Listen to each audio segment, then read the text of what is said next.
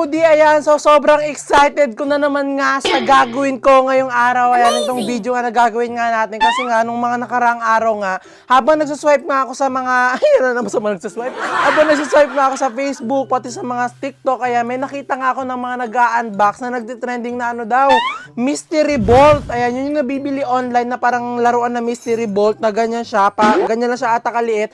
Tapos may mga laman daw siyang pera, pwede ka daw makakuha ng pera, ng cellphone, at nung kung ano-ano pang gamit. Ayan, meron na ibang mga vlogger na mga nakikita na nakakuha talaga sila ng cellphone, tapos marami pang 1,000.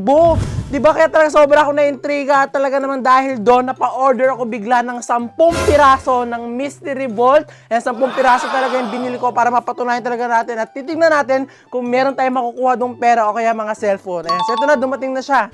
Ayan, so ito yung parcel. Ayan, dumating na siya. Ayan, mahigit 1 linggo ko tong hinintay para dumating nga kasi talagang mahirap din siyang i-deliver. Kasi yung una nga, umorder ako ng 20 pieces. 20 pieces na Mystery Bolt yung in-order ko. Kaso kinakancel ng seller. Hindi ko alam kung bakit niya kinakancel.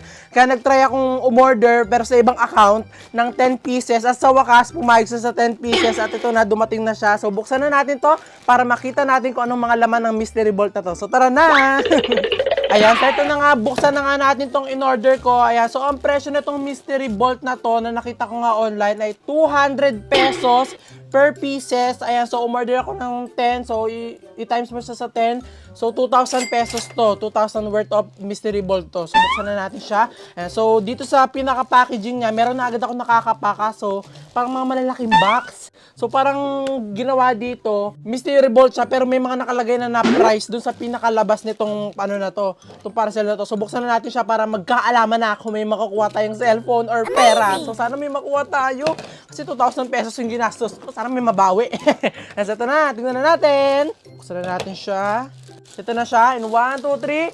Bubunot na tayo ng isa. Yan, ito yung unang nakapako nga dito sa pinakabalot. Ito parcel. Yan, 1, 2, 3. Ano to? Ah! Hala! Oh my God! Headphone! Ano? Headphone yung ano ko, una ko nakuha ka. So, ba't hindi siya nakalagay sa bolt? Ayan, so ito may nakuha tayong headphone. Di ko alam kung magkano worth nito. Siguro ang worth nito mga 150 or 90 pesos. Di ko alam eh. Pero ganito yung itsura niya. Ayan. Okay naman. Mukhang pasok naman to sa isa. Tignan natin kung meron ulit tayong makukuha. Hinahanap ko dito yung bolt. Yung katulad ng mga ina-unbox ng mga vlogger eh. Doon naman ako umorder. Bakit ganito? Mga nasa labas yung price. Ayan, di ba nasa labas yung price pero ganito yung laman. Ayan, meron dito para ano to? Para siyang ano, cellphone ano. Ayan, cellphone bracket. Nasaan yung bolt dito? Sabi dun, Mystery Bolt. Ayan, ganito naman. So, isahin natin. Ayan, earphone. Di ba? Puro earphone. Ayan, earphone na naman. Ayan, may mga brand pa. Dito yung Mystery ano, Bolt. Puro na nga nasa labas na. Mukhang na-scam tayo ah. Yan, ano to? Yan, charger! Nasaan dito yung Mystery Bolt? Sabi may Mystery Bolt! Nasaan dito? Ayan, ang tawag dito? Ano ito? Ayan, meron ditong waterproof case. Amazing! Tapos, ano to? Sabi dito sa pinadala nilang ano, papel, ayan, i-rate daw sila ng 5 star dito sa ano, sa kanilang shop, diba? Worth 2,000 to ah. Ayan, meron pang headset. Ayan, para malaman nyo, dito ko binili, ayan, dito sa shop na to, diyan ko binili yung itong nakalagay na Mystery Bolt at nakalagay sa mismong profile na Mystery Bolt talaga yung binibenta pero ganito yung mga laman niya. Ayan, puro ganito. Puro mga gamit, hindi nakalagay talaga sa bolt. Ito, last one na lang ata itong nasa loob. Hindi, meron pa. Ano to? Diba? Mumurahin lang to eh. 2,000 pesos. Sabi ba yan? Ito, meron na nag-iisa dito. Ayan. Mukhang cellphone. Ang bigat. Ang bigat. Ano, parang cellphone siya or device. Ang bigat niya. Tapos siya lang yung nakaganitong balot. Tapos yung iba, lahat nakaganito. Nakabukas na talaga, walang balot. Siya lang yung nakaganito. So, tignan natin kung anong laman nito. Diba? Pero tignan natin itong loob. Ayan. Ano to? Mabigat eh. 1, 2, 3. Ano to? Chok?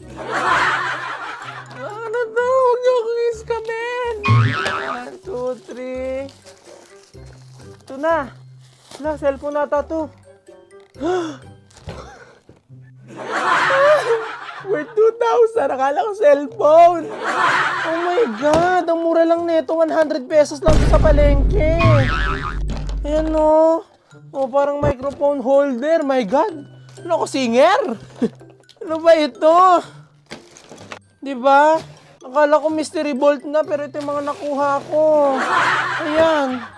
Diba, i-comment nyo kung worth 2,000 na itong mga binili ko. Ayan, papakita ko sa inyo isa-isa. Ayan, tignan nyo kung worth 2,000 pesos yan. Ayan, try nyo tignan sa mga online kung talagang papasok sa 2,000 pesos. Grabe naman. Ayan, tapos ito pa, cellphone holder. 100 pesos lang to. Alam ko yan kasi bumili na ako niyan dati. Earphone. Ayan, tignan nyo kung papasok to sa 2,000 pesos ha. Comment nyo sa baba kung pasok sa 2,000 pesos. Ayan, comment nyo sa baba kung pasok sa 2,000 pesos ha. Puro ganyan. Ayan. Ito pa. Diba ito lang? Ito lang yung mga laman ng binili nga natin na mystery bolt daw. Pero hindi siya nakalagay sa bolt. Ayan. Ayan. So ito yung laman. Pero kung ako yung tatanungin kung worth it ba yung 2,000 na binili ko para dito ay hindi. Ayan. Siguro itong mga nandito lang lahat worth 1,000 lang ata kapag pinagsama-sama. Kasi ang mura lang itong mga ganito. Pag binili mo to online, mga di ba minsan nagde 10 pesos pa nga itong mga to 20 pesos. Pero mo na, ginusto ko to. Ginusto kong order doon para mapatunayan sana sa inyo. Kaso ganito yung dumating, hindi mystery bolt. Siguro mali lang niya pag-orderan ko, katulad doon sa mga vlogger na napapanood natin. Pero mo na. Ano ko kaya ito bibigay? Bibigay ko na ito sa mga kapitbahay namin. Mystery bolt naman yung nakalagay doon. Hindi ako makaka-move on dito.